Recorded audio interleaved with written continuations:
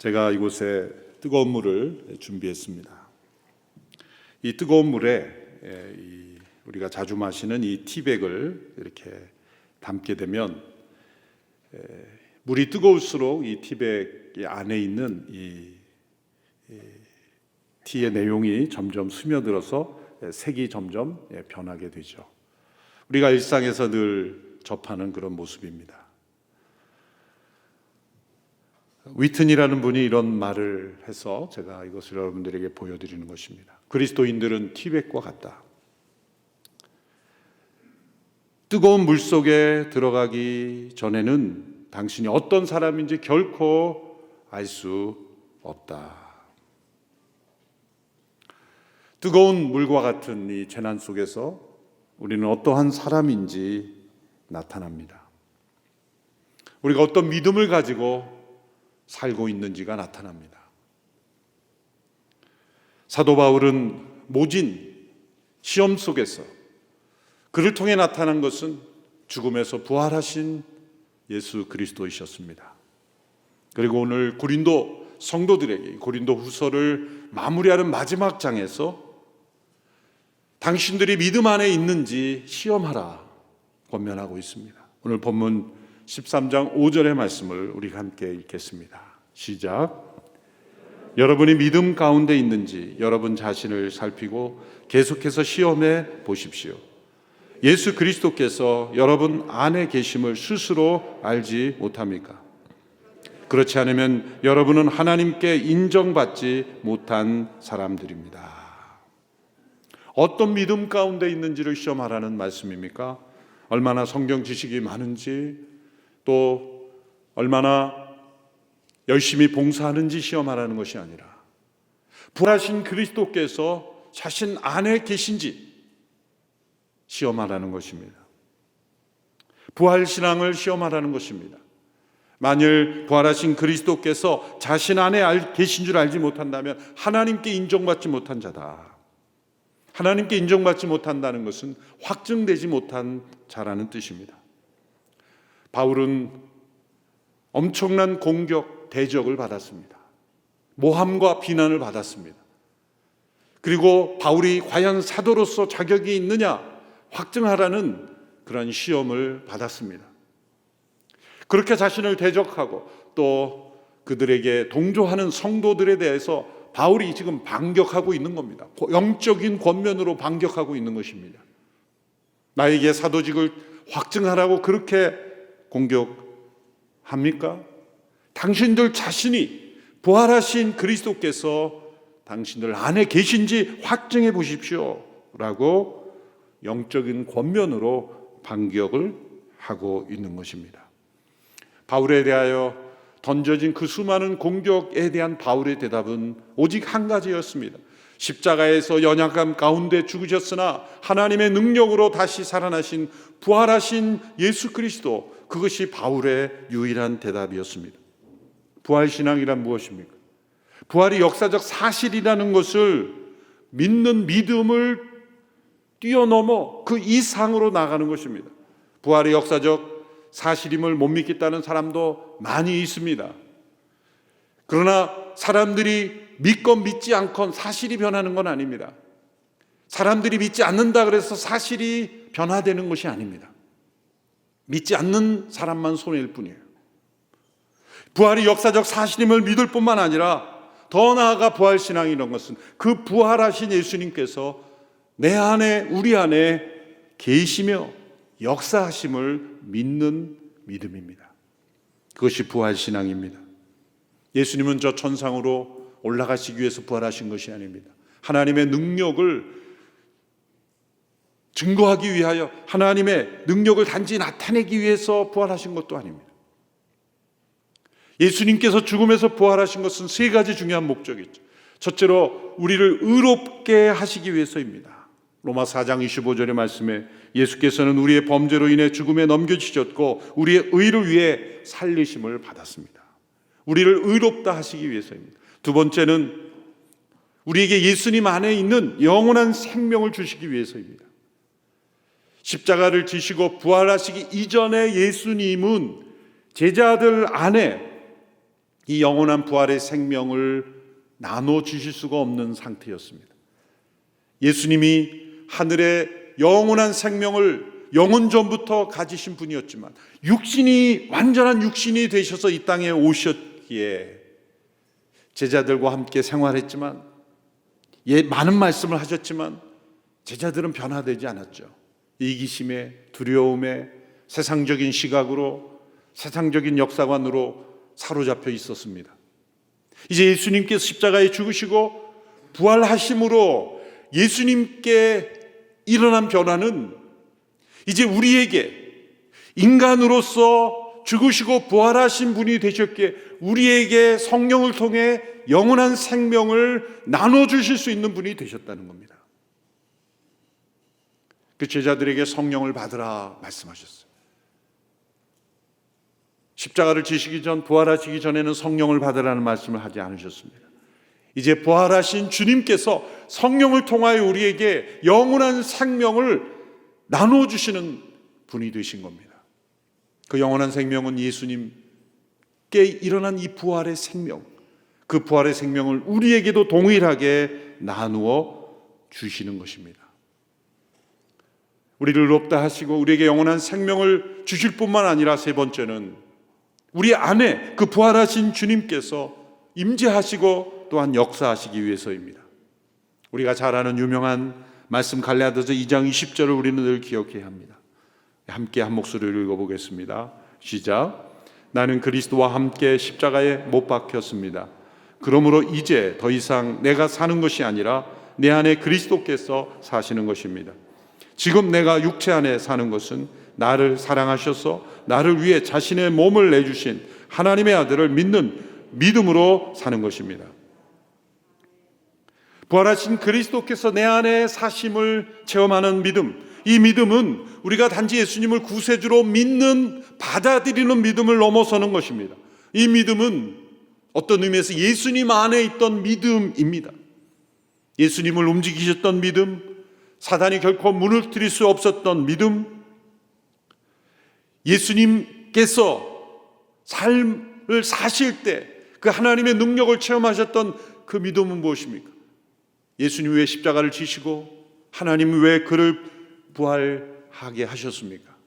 그것은 우리 안에 부활하신 그리스도께서 영으로 임재하셔서 우리 안에 거하시기를 원하셨기 때문입니다. 예수님의 비전입니다. 예수님의 계획이요, 꿈이요. 그렇게 이루어질 것을 믿고 예수님께서 십자가를 지시고 부활하신 것입니다. 그 예수님 안에 있던 그 믿음이 그 십자가와 연합된 자들에게 동일하게 우리에게 그 믿음이 일어난다는 겁니다. 그래서 이제는 내가 사는 것 아니요 오직 내 안에 그리스도께서 사시며 나를 사랑하사 나를 위하여 자기 몸을 버리신 하나님의 아들을 믿는 믿음 안에 사는 것이라는 겁니다. 그 믿음이 있는가 확증하라는 겁니다. 부활의 가장 강력한 증거는 무엇입니까? 물론 역사적 유물로서의 증거들도 있습니다. 빈 무덤이 증거입니다. 예수님께서 예수님의 시신을 쌌다가는 세마포도 유물로서 발견됐다고 하기도 합니다. 또 수많은 유적지들, 존재하지 않은 것을 만들 수 있겠습니까? 지금도 이스라엘에 가면 곳곳에 예수님의 흔적들 남아 있습니다. 국민 전체가, 이방 주변을 둘러싼 전체가, 그 지역 팔레스타인 사람 전체가 다 없던 사실을 조작해서 여기는 이런 일이 있었다고 조작하자 이렇게 사람들이 공모해서 그런 역사적 유물을 만드는 건 불가능해요. 어느 한 장소나 다른 사람이 모르는 개인 집인데 여기에 옛날에 뭐가 있었어라고 자기가 조작을 해서 사람들에게 하는 것은 가능하겠죠. 아무도 믿어주지 않지만. 그러나 그 나라 전체 일대가 예수님이란 분의 흔적, 일어났던 일들, 그런 일들로 가득한 나라 전체, 아니 이방 땅에까지 그렇게 모든 사람들이 그것 예수님의 흔적들이지라고 인정하는 인물이 있겠습니까? 그것은 역사적인 조작으로 일어나는 게 아니에요. 모든 것이 예수님에 대한 흔적이에요. 그러나 가장 중요한 흔적은 그러한 남아있는 땅의 흔적들이 아닙니다. 그것은 바로 부활하신 그리스도께서 지금도 살아서 역사하시는 영향력입니다. 죽은 사람은 사실 살아있는 사람들을 변화시키지 못합니다. 우리가 과거의 역사나 전기나 그걸 통해 감동받을 수 있겠죠. 그러나 우상을 섬기고 거짓 영들을 쫓고 거짓 영에 사로잡혀 있고 그리고 죄악의 습관에 사로잡혀 있는 자들을 회개케 하고 돌이키게 하고 경건한 삶으로 변화시키는 것은 살아있는 사람만이 할 수 있는 일입니다. 예수님 만일 죽음으로 끝났다면 이 온 세상에서 우리 눈에 보이는 이 변화들이 어떻게 일어나는 것일까요? 어떻게 예수님을 주로 고백하며 죄악에서 떠나며 우상을 버리고 살아계신 하나님께로 돌아오는 이 회개의 역사가 어떻게 일어나는 것일까요? 이것은 부활하신 그리스도께서 지금도 믿는 자들 안에 살아 역사하시기 때문이에요.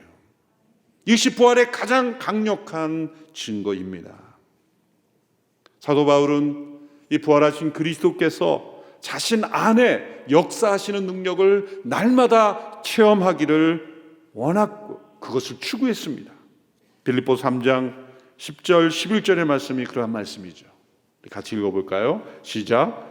나는 그리스도와 그분의 부활의 능력을 알고 그분의 죽으심을 본받아 그분의 고난에 동참하는 것이 무엇인지 알기 위해 어떻게 해서든지 죽은 사람들 가운데서 살아난 부활에 이르고자 합니다. 사도 바울이 한 말일까? 이렇게 의심스러운 말입니다. 사도 바울이 누구입니까? 로마서, 갈라디아서, 고린도 전후서, 에베소서.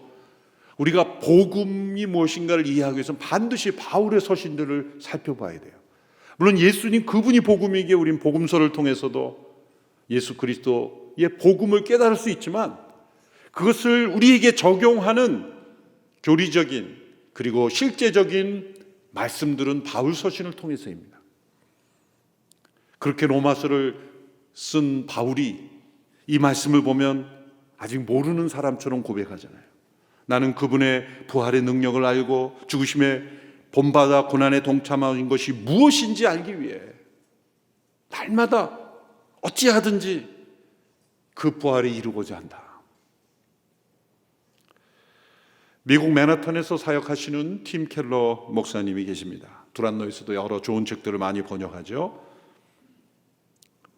리디머 교회를 개척해서 목회하시고 이제 은퇴하셨습니다.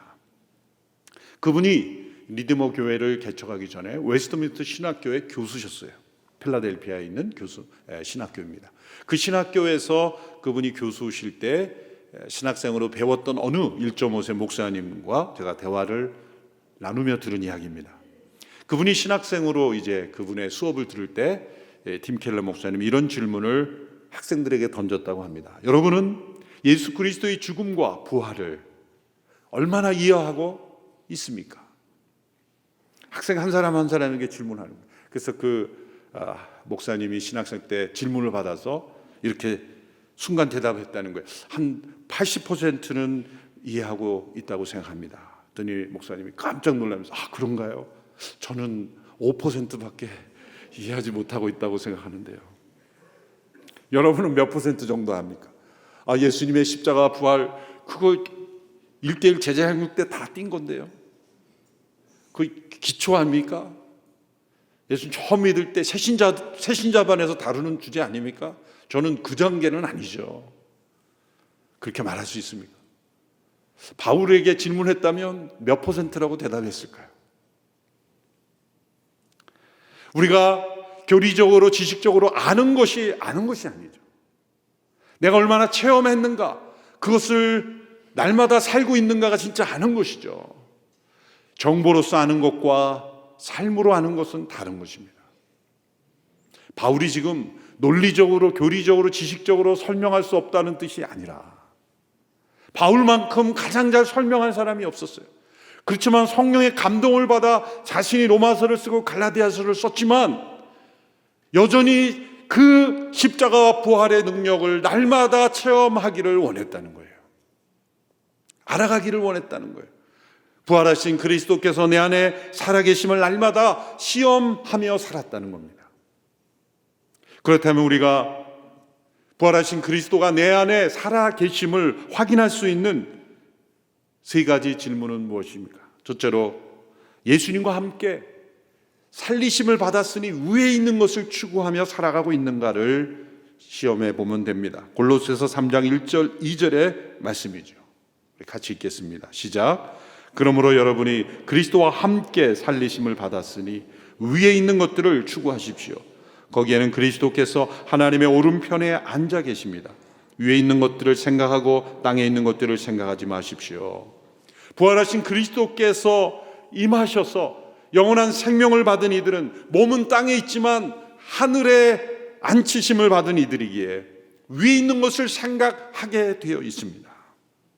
땅에 있는 것들을 생각하던 제자들이 이제 부활하신 주님을 만나고 성령이 가운데 임했을 때 그들이 하늘에 있는 위에 있는 것들을 생각하게 되었어요. 그렇게 그들은 고난을 이기고 핍박을 이기고 자신을 이기고 육신을 이기고 승리할 수 있었습니다. 두 번째 질문은 예수님의 말씀을 분명하게 이해하고 그 말씀에 붙들려 사는가라는 질문입니다. 요한복음 16장 23절에서 예수님께서 이렇게 말씀하셨습니다. 그날에는 너희가 내게 어떤 것도 묻지 않을 것이다. 이 그날이라는 것은 부활하신 그리스도께서 성령 안에서 제자들 안에 임하시는 날입니다. 그 이전의 제자들은 늘 엉뚱한 대답을 했어요. 엉뚱한 질문을 했습니다. 엉뚱한 생각을 했어요. 엉뚱한 계획을 가졌어요. 그 예수님과 함께 생활하면서도 그 말씀을 직접 들으면서도 제자들은 여전히 땅에 속한 인생을 살았죠. 여러분 가끔 목회자들의 설교가 답답할 때 그런 생각 안 들으세요? 예수님이 직접 좀 말씀하셨으면 산상순 직강을 들으면 얼마나 좋았을까. 그런데 이 부활하신 그리스도께서 영으로 임재하지 않으시면 예수님의 직강을 들어도 소용없다는 거예요. 그러나 예수님으로부터 직강을 못 들어도 부활하신 그리스도께서 임하여 성령 안에 있는 전달자가 듣고 내가 그 부활하신 그리스도께서 내 안에 계시는 상태에서 말씀을 읽으면 놀랍게도 그 말씀이 나를 붙잡는다는 거예요. 이해된다는 거예요. 제자들은 예수님의 산상순 직강을 들었지만 무슨 말인지 몰랐어요. 깨닫지 못했어요. 그러나 성령이 임하셨다는 게 뭡니까? 부활하신 그리스도께서 그들 가운데 임하셨다는 거예요. 그래서 그들은 예수님의 모든 말씀을 이해하게 된 거예요. 깨닫게 된 겁니다. 머리로만 깨닫는 게 아니라 삶이 그 말씀에 붙들린 거예요.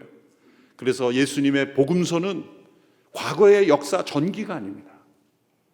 부활하신 그리스도께 실제 이 말씀을 통해 우리 안에 임하시는 통로가 되는 거예요. 2000년의 역사적인 간격이 있지만 그 말씀이 전해졌을 때 실제 그 1차 독자들과 2차 그 말씀을 들었던 사람들과 동일한 효력이 발휘되는 겁니다. 내 죄가 사하여졌느니라. 다시는 가서 죄를 범치 말라. 능치 못함이 없느니라. 내게 구하라. 예수님의 모든 말씀들이 처음 주셨던 그 말씀과 동일한 효력으로 이 말씀이 부활하신 그리스도께서 내주하시는 모든 영혼들에게 말씀이 지금도 역사하시는 거예요. 그것이 내가 부활하신 그리스도께서 내주하시는 믿음 가운데 살고 있는가의 중요한 말씀이에요. 이번에 성경 일동하면서 많은 성도들이 깨달았을 거예요. 그냥 말씀을 해석하지 않고 그냥 말씀 자체를 듣고 읽기만 해도 내 안에 어떤 주님의 임재가 느껴지지 않습니까? 그것이 말씀의 능력이요 부활하신 그리스도께서 여러분 안에 사시기에 나타나는 특징입니다. 세 번째는 예수님께 대한 사랑이 우리의 모든 삶의 동기가 되는가입니다. 부활하신 예수님께서 내 안에 사시기에 나의 모든 삶의 동기가 예수님에 대한 사랑이 되는 것입니다. 사도 바울은 십자가에 못 박히신 그리스도 외에는 아무것도 알지 않기로 작정했습니다. 그것은 성경책만 보고 모든 일상의 삶을 포기한다는 뜻이 아닙니다. 도리어 정반대입니다. 부활하신 그리스도께서 십자가에 못 박히시고 부활하신 주님이 내 안에 계시기에 삶의 모든 삶을 열정적으로 살아간다는 뜻이에요. 영어 단어에 이 패션이라는 단어가 있죠. 이 단어는 두 단어로 번역이 되죠. 하나는 고난, 예수님의 이 고난 주간에 예수님의 고난, 그 참혹한 고난을 패션이라고 그러죠. 또 하나 우리가 일상적으로 열정이다, 그런 정열적으로 사는 것을 패션이라고 그러잖아요. 근데 어떻게 이 두 단어가 하나는 고난이 되고 하나는 열정이 되냐? 어떻게, 제가 뭐 영문학자가 아니고 언어학자가 아니기 때문에 모르겠습니다. 전혀 어울리지 않는 두 단어로 번역이 돼요. 대개는 다 비슷비슷한 단어로 파생이 되는데요. 십자가 안에서만 이것이 해석이 돼요. 예수 그리스도의 그 고난에 참여하여 부활하신 주님 안에 살아가는 사람은 삶의 모든 삶의 열정으로 살아가는 거예요. 그 열정은 무엇입니까? 예수님에 대한 사랑으로 삶의 모든 것을 사랑하는 거예요. 우리에게 주어진 이 현실을 참여하는 거예요. 역사를 포기하지 않는 것입니다. 예수님은 십자가에서 연약함으로 죽으셨지만 하나님의 능력으로 다시 살아나셨다. 이 부활의 사건이 우리의 모든 삶의 패턴이고 능력이고 원리가 되는 것입니다. 그래서 사도 바울이 고린도 후서를 마무리하면서 13장 4절에서 이렇게 고백하는 겁니다. 4절 말씀 함께 읽습니다. 시작. 그리스도는 약한 가운데 십자가에 못 박히셨으나 하나님의 능력으로 살아나셨기 때문입니다. 우리도 그 안에서 약하나 여러분의 일에 대해 하나님의 능력으로 그분과 함께 살 것입니다. 이것이 바울의 대답입니다. 우리를 둘러싼 모든 상황과 시험, 그 모든 것이 우리를 약하게 할 수 있습니다. 우리가 약함 속에서 도리어 체험해야 되는 것은 우리 안에 부활하신 그리스도께서 살아계심을 체험해야 한다는 겁니다. 바울은 그 엄청난 이 시험 속에서 끊임없이 연약함 가운데 처해 있었습니다. 자신의 육체의 가시를 통해서도 연약함 가운데 처해 있었습니다. 우리를 약하게 하는 것이 그 무엇이든지 간에, 그 육체의 질병이든 관계 어려움이건 가정의 문제건 이 시대의 역사의 문제건 이런 코로나 팬데믹이라는 재난이건 우리를 약하게 하는 모든 것에 대한 우리의 대답은 우리 안에 부활하신 그리스도께서 살아계시기에 우리는 하나님의 능력으로 강하게 된다는 겁니다. 어떤 시험도 우리 안에 있는 부활하신 그리스도의 임재를 무너뜨릴 수가 없습니다. 우리들은 강한 믿음의 사람입니다. 우리 스스로의 자아로, 결심으로, 의지로 강해지는 것이 아니라 우리는 약하지만 부활하신 그리스도께서 우리 안에 살아계, 우리에게 영원한 생명이 있기에 우리는 승리할 것이다 라는 그 믿음, 재난을 이기고 아픔을 이기고 슬픔을 이기고 죄를 이기고 시험을 이기는 그런 믿음의 사람으로 우리 모두가 확증되는 은혜가 있게 되기를 축원합니다. 기도하겠습니다. 우리 안에 부활하신 그리스도께서 살아계시니 감사합니다. 그 부활하신 주님이 내 안에 계시고 나를 다스리고 계시고 내 안에 능력으로 역사하고 계심을 믿고 감사드리며 부활주일 우리의 부활신앙을 다시 한번 시험하는 복된 은혜가 있게 하옵소서.